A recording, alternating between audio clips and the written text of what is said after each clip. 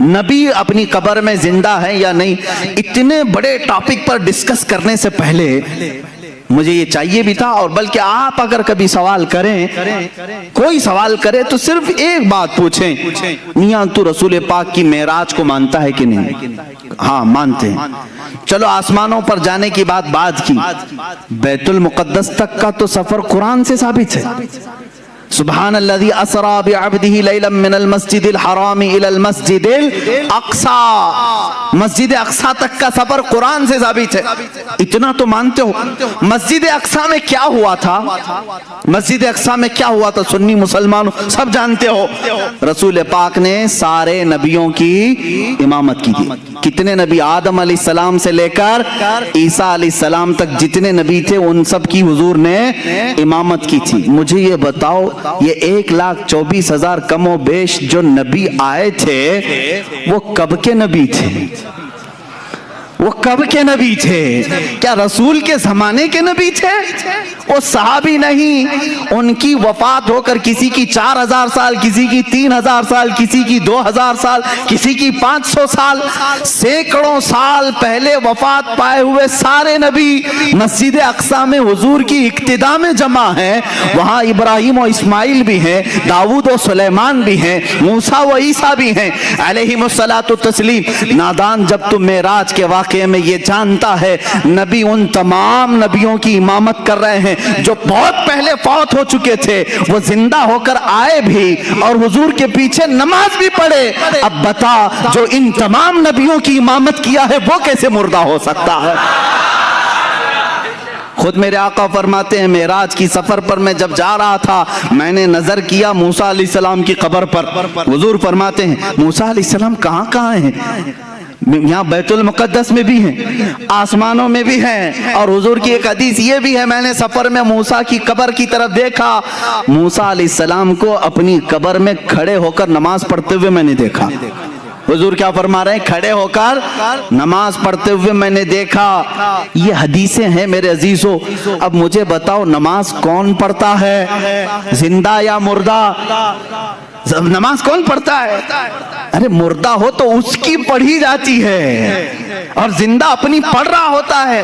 اور اللہ کے نبی فرما رہے ہیں موسیٰ علیہ السلام کو میں نے قبر میں نماز پڑھتے ہوئے دیکھا۔ جب موسیٰ اپنی قبر میں نماز پڑھنے کے لیے زندہ ہے، میرا عقیدہ یہ ہے تو زندہ ہے واللہ، تو زندہ ہے واللہ، میری چشم عالم سے چھپ جانے والے۔ رسول کریم صلی اللہ تعالیٰ علیہ وسلم کی حیات طیبہ کے لیے بہت ساری دلیلیں ہیں، خود احادیث سے ثابت ہے۔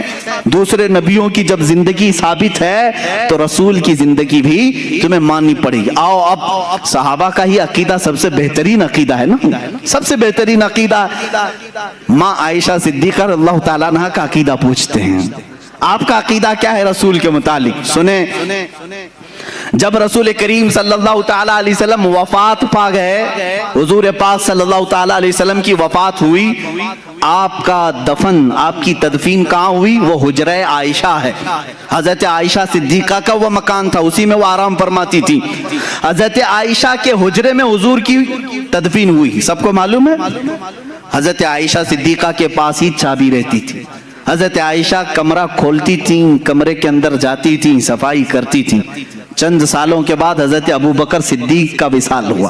حضرت ابو بکر صدیق بھی کہاں دفن ہوئے؟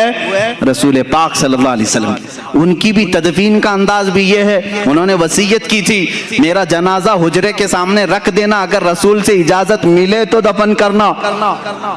2.5 سال کے بعد وفات ہوئی، حضور کی وفات کے 2.5 سال کے بعد۔ کوئی صحابی یہ نہیں پوچھ رہا حضرت ابو بکر سے اجازت ہم کیسے لیں گے، وہ تو قبر میں ہے، کسی نے پوچھا نہیں۔ حضرت ابو بکر نے وصیت کی، سب نے کہا ہاں پوچھ لیں گے۔ اس کا مطلب ہے ان کا عقیدہ تھا رسول۔ دیکھو میرے عزیزو، اور ہوا بھی یہ کہ ان کی قبر کو حضور کے پہلو میں رکھا گیا۔ حضرت عائشہ کے کون ہیں؟ حضرت ابو بکر والد ہیں نا، حضرت ابو بکر صدیق حضرت عائشہ کے باپ ہیں، والد ہیں، اور حضور صلی اللہ علیہ وسلم ان کے کیا ہیں؟ شوہر ہیں۔ حضور حضرت عائشہ کے کیا ہیں؟ شوہر ہیں۔ دونوں بھی محرم ہیں، دونوں محرم ہیں۔ حضرت عائشہ صدیقہ فرماتی جب حضرت عمر دفن ہوئے تو اب وہ اس حجرے میں جانا بند کر دیتی، اب صفائی کے لیے نہیں جاتی تھی.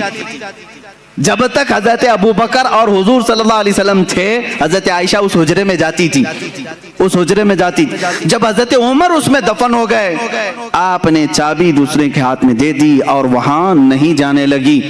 کسی نے پوچھا اماں آپ پہلے جاتی تھی اندر حجرے میں, اب کیوں نہیں جاتی؟ کہتی ہیں رسول میرے محرم تھے, ابو بکر میرے محرم تھے, عمر میرے لیے غیر محرم ہے, میں ان سے پردہ کرنے کے لیے نہیں جاتی.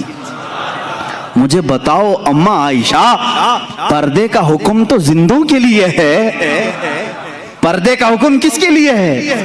زندوں کے لیے. ماں عائشہ صدیقہ حضرت عمر کے قبر میں جانے کے بعد پردہ کر رہی ہیں.